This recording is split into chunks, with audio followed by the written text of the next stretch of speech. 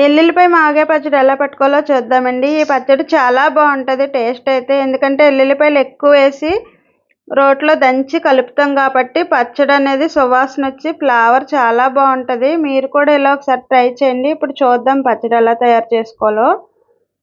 Hi అండి, అందరికీ నమస్తే. వెల్కమ్ టు మన ఛానల్ వెంకటలక్ష్మి గోదావరి రుచులు అండ్ టైలరింగ్. ఈరోజు ఈ వీడియోలో ఎల్లుల్లిపాయ మాగాయ పచ్చడి ఎలా కలుపుకోవాలో చూద్దామండి. నేను 3 మామిడికాయలు తీసుకున్నాను. 3 మామిడికాయలు కూడా ముందుగా కడిగేసుకుని శుభ్రంగా ఆరబెట్టేసుకున్నాను అనమాట అండి. అలాగే ఇవి 100 గ్రాముల ఎల్లుల్లిపాయలు అనమాట అండి. పెద్ద సైజు అయితే 4 పాయలు, చిన్న సైజు అయితే 6 పాయలు పడతాయి. ఇప్పుడు మనం ఈ మామిడికాయలు మొత్తం చెక్క అనేది తీసేసుకోవాలన్నమాట అండి. ఇక్కడ నేను చెక్కుతున్నాను కదండి, ఇలా ఈ విధంగా మనం చెక్కేసుకుంటే సరిపోద్ది కాయలు అనేవి.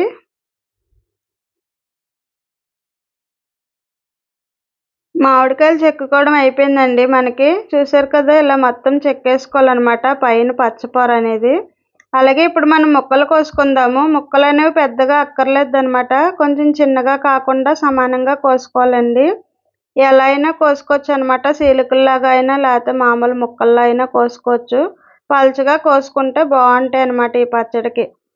ఇదిగోండి ఇక్కడ నేను కోస్తున్నాను కదా, ఇలా కోసుకుంటే ఈ ముక్కలు అనేవి చాలా బాగుంటుంది మనకి పచ్చడి అనేది. అంటే కొంచెంసేపు ఆరబెడతాం కాబట్టి పలుచగా కోసుకుంటే మనకు ముక్కలు బేగా ఆరిపోతాయి అన్నమాట అండి. వీడియో స్కిప్ చేయకుండా చూడండి, అప్పుడే మీకు అర్థమవుతుంది అనమాట అండి ప్రాసెస్ అంతా కూడా.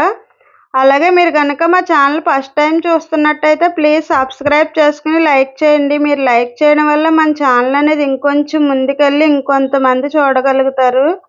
అలాగే ఇదిగోండి ముక్కలు అనేవి ఇలా ఇక్కడ నేను చూపిస్తున్నాను చూసారా, ఇలా కోసుకుంటే సరిపోతుంది. ఇప్పుడు మనం ఈ ముక్కలన్నిటిని కూడా ఒక కవర్లోకి వేసుకుని పళ్ళెంలో పెట్టుకుని ఒక 2 గంటల సేపు మనం ఆరబెట్టుకోవాలన్నమాట అండి. కొంచెం తడంతా ఆరిపోయేలాగా ఆరబెట్టుకుంటే సరిపోతుంది.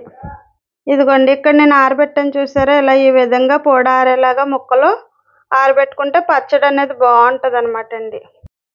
ఈ పచ్చడికి మామిడికాయలు బాగా పచ్చిగా ఉండాలని ఏమీ లేదండి, కొంచెం కలర్ వచ్చినా కూడా బాగుంటుంది పచ్చడి, టేస్ట్ బాగా వస్తుంది అనమాట.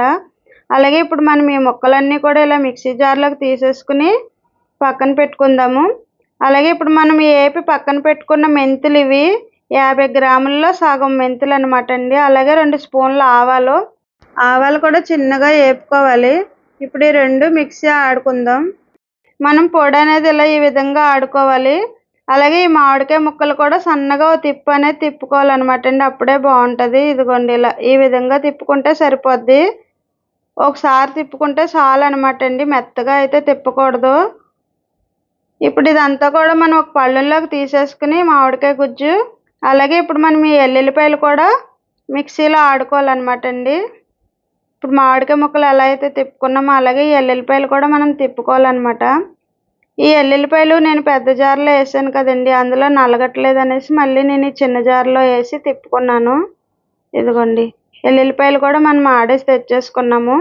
ఇప్పుడు ఈ గుజ్జు అంతా కూడా ఈ మామిడికాయ గుజ్జులో వేసేసుకోవాలండి. ఎల్లుల్లిపాయ గుజ్జు ఇలా అయితే సరిపోతుంది. కొంచెం పలుగ్గా అయినా కూడా ఆడుకోవచ్చు అనమాట అండి మనం ఎల్లుల్లిపాయ గుజ్జు అనేది. ఈ ఎల్లుల్లిపాయ గుజ్జు వల్ల ఈ పచ్చడి అనేది మనకి సూపర్ టేస్ట్ ఉంటుంది, చాలా బాగుంటుంది. మీరు కూడా ఒకసారి ఇలా ట్రై చేయండి పచ్చడి. అలాగే మనం ఇందులో ఈ మెంతిపిండి అంతా కూడా వేసేసుకోవచ్చండి, సరిపడగా వేసుకుని ముందు చూసుకోవాలన్నమాట.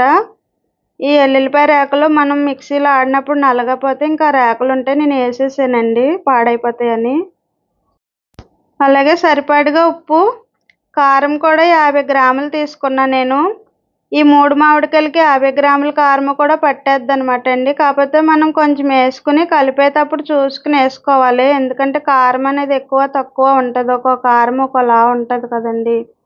ఎందుకంటే ఇది ప్యాకెట్ కారం అనమాట, నేను ఆడుకున్న కారం అయిపోయింది, ప్యాకెట్ తెచ్చి కలిపాను. అందుకనేసి నాకు భయం అండి పచ్చడి పాడవుతుంది మళ్ళీ కారంగా ఉంటుందేమో అని చూసుకుని వేసుకోవాలి. కారం నేను పచ్చికారము కూరకారం ఇంట్లోనే ఆడుకుంటాను అనమాట అండి. ఆడించుకుని ఉంచుకుంటే మనకు అన్నిటిలోకి ఉపయోగపడుతుంది అనమాట, పచ్చడిలోకి కూడా పచ్చికారం. ఇదిగోండి మనం పచ్చడి అనేది ఇలా నూనె సరిపాటుగా వేసుకుని, నూనె కూడా 150 గ్రాముల దాకా పడుతుంది 3 మామిడికాయలకి కూడా. అన్నీ వేసుకుని మనం ఇలా పచ్చడి అనేది కలుపుకుంటే టేస్ట్ అనేది చాలా బాగుంటుందండి. ఈ పచ్చడి ఫ్లేవర్ అంతా కూడా ఈ ఎల్లుల్లిపాయ గుజ్జులోనే ఉంటుంది. చాలా బాగుంటుంది పచ్చడి అయితే. అలాగే ఈ పచ్చడి టిఫిన్‌లోకి కూడా చాలా బాగుంటుంది. అలాగే అన్నంలోకి కూడా బాగుంటుంది అనమాట అండి టేస్టు. మనకి ఇడ్లీల్లోకి, రొట్టెల్లోకి కూడా నంచుకోవడానికి బాగా ఉపయోగపడుతుంది అనమాట అండి. మనం అన్నీ వేసుకుని ఇలా సరిపడగా మనం బాగా మిక్స్ చేసుకుంటూ కలుపుకోవాలి ఈ పచ్చడి అనేది. ఒక 5 నిమిషాలు ఇలా మొత్తం కలుపుకుంటే పచ్చడి అనేది మనకి ఇప్పుడే ఊటలా వచ్చేద్ది అనమాట. ఈ పచ్చడి ఊరాలి అని ఏమి ఉండదు. మనం వెంటనే వాడేసుకోవచ్చు. ఒకరోజు అలా ఊరబెట్టుకున్నామంటే ఇంకా బాగుంటుంది టేస్ట్ అనేది కూడా. ఇంతే అండి. పచ్చడి కలుపుకోవడం చాలా ఈజీ. ఇంక మనం తాలింపు అది ఏం పెట్టనవసరం లేదండి. అన్నీ పచ్చియి వేసుకుని ఇలా కలిపేసుకోవాలి ఈ పచ్చడి. చూసారు కదా! ఇదిగో ఊట అనేది వచ్చేసింది. పచ్చడి అయితే చాలా సువాసన వస్తుందనమాట ఈ ఎల్లుల్లిపాయల ఫ్లేవర్‌కి మనకి. ఇప్పుడు మనం ఒక గిన్నెలోకి తీసేసుకుందాం ఈ పచ్చడంతా కూడా.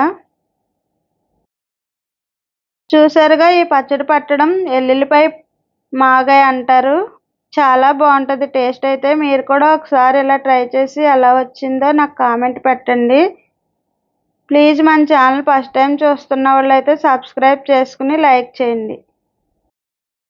అలాగే ఎల్లుల్లిపాయ ఫ్లేవర్ అంటే ఇష్టం లేనోళ్ళు కొంచెం ఎల్లుల్లిపాయలు తగ్గించైనా వేసుకోవచ్చండి.